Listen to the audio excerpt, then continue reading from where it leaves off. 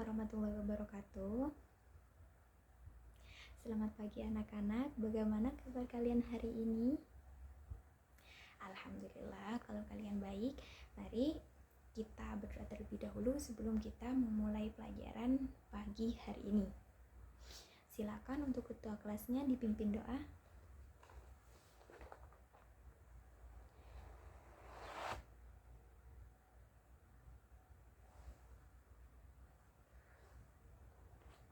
Baik, Ibu akan melanjutkan terlebih dahulu. Kita absensi dulu ya. Oke. Baik, setelah kita melakukan absensi, mari kita lanjutkan ke materi. Untuk materi hari ini yaitu sistem reproduksi. Ada yang tahu apa yang dimaksud dengan sistem reproduksi? Ya, sistem reproduksi merupakan sistem yang ada pada setiap makhluk hidup, di mana sistem reproduksi sendiri ya dilakukan untuk memperoleh keturunan. Jadi itu sangat penting bagi setiap makhluk hidup. Baik, kita akan melanjutkan materi. Apa sih tujuan dari pembelajaran sistem reproduksi dan apa manfaatnya? Yang pertama, tujuannya supaya kita mengetahui apa sih yang dimaksud dengan sistem reproduksi. Yang kedua, supaya kita tahu apa saja organ-organ reproduksi yang ada. Yang ketiga, supaya kita dapat mengantisipasi atau menjaga kesehatan sistem reproduksi kita supaya tetap sehat dan juga terjauh dari penyakit-penyakit sistem reproduksi. Baik, itu adalah tujuan kita melakukan pembelajaran tentang sistem reproduksi. Seperti itu. Baik, kita lanjutkan. Sistem reproduksi. Sistem reproduksi itu ada sistem reproduksi pada pria, ada juga sistem reproduksi pada wanita. Nah, sistem reproduksi pada pria itu ada berapa? Mungkin ada yang bisa menyebutkan? Ada yang sudah tahu? Ya, sistem reproduksi pada pria itu ada 4. Yang pertama itu testis. Testis itu merupakan sistem reproduksi pada pria yang berfungsi untuk memproduksi sperma, itu adalah testis. Yang kedua yaitu epidermis. Epididymis merupakan tempat penyimpanan sperma. Yang ketiga yaitu saluran reproduksi.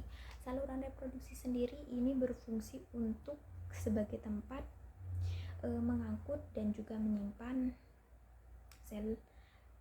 menyimpan cairan semen. Yang keempat yaitu adalah penis.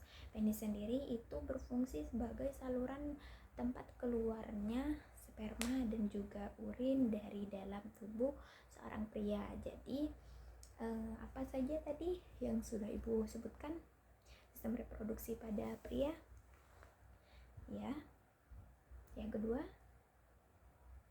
yang ketiga, yang keempat. Ya. Jadi untuk sistem reproduksi pria itu ada 4 seperti tadi yang sudah kita sebutkan. Sedangkan yang untuk sistem reproduksi pada wanita itu ada 5. Yang pertama itu ovarium. Ovarium adalah tempat penghasilan atau tempat untuk tempat menghasilkan sel telur itu di ovarium. Nah, yang kedua yaitu saluran reproduksi. Saluran reproduksi itu dibagi jadi 3. Ada tuba falopi, ada uterus, dan ada vagina. Tuba falopi ini merupakan saluran yang menghubungkan antara ovarium dengan uterus. Jadi saluran yang menghubungkan antara ovarium dengan uterus. Uterus itu apa?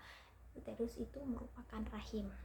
Rahim adalah tempat pembuahan terjadi, itu di apa? Di rahim. Yang ketiga yaitu vagina. Vagina yaitu merupakan saluran untuk apa? Untuk masuknya sperma atau menuju ke tempat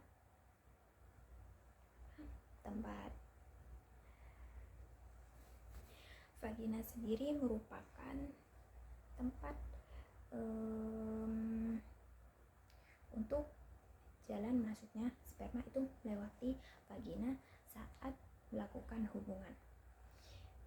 Itu merupakan struktur atau organ-organ yang organ reproduksi yang ada pada manusia. Untuk selanjutnya kita bisa menonton ya bagaimana proses fertilisasi dan perkembangan embrio. Sebentar, ibu akan carikan videonya.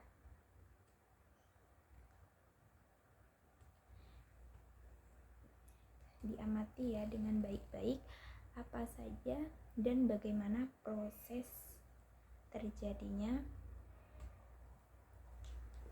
pembuahan. Seperti ini. Kita bisa menonton.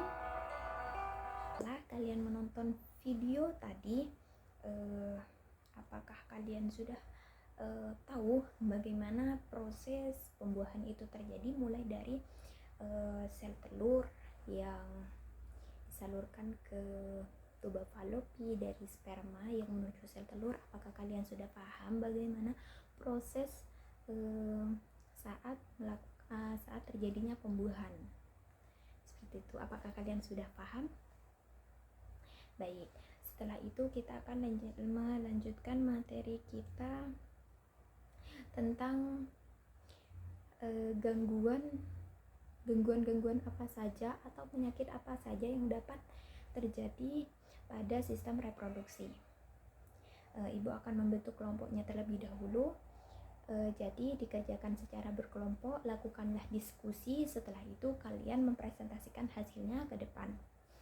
Jadi ibu akan memberikan waktu untuk kalian melakukan diskusi terlebih dahulu, setelah itu presentasikan hasil kalian ke depan kelas. Setelah kalian melakukan presentasi tersebut, ibu rasa kalian sudah paham apa saja gangguan-gangguan atau penyakit yang dapat mengganggu sistem reproduksi pada makhluk hidup atau pada manusia. Jadi ibu rasa kalian sudah paham. Jika ada yang ingin ditanyakan, silahkan ditanyakan. Kalau ada yang kurang paham atau kurang mengerti, silahkan ditanyakan sekarang. Baik, ibu rasa kalian sudah paham semua. Ibu akan memberikan tugas kepada kalian untuk dilakukan di rumah. Kalian melakukannya secara individu dan dikumpulkan pertemuan selanjutnya. Jadi tugasnya adalah kalian mencari artikel di mana artikel tersebut menjelaskan tentang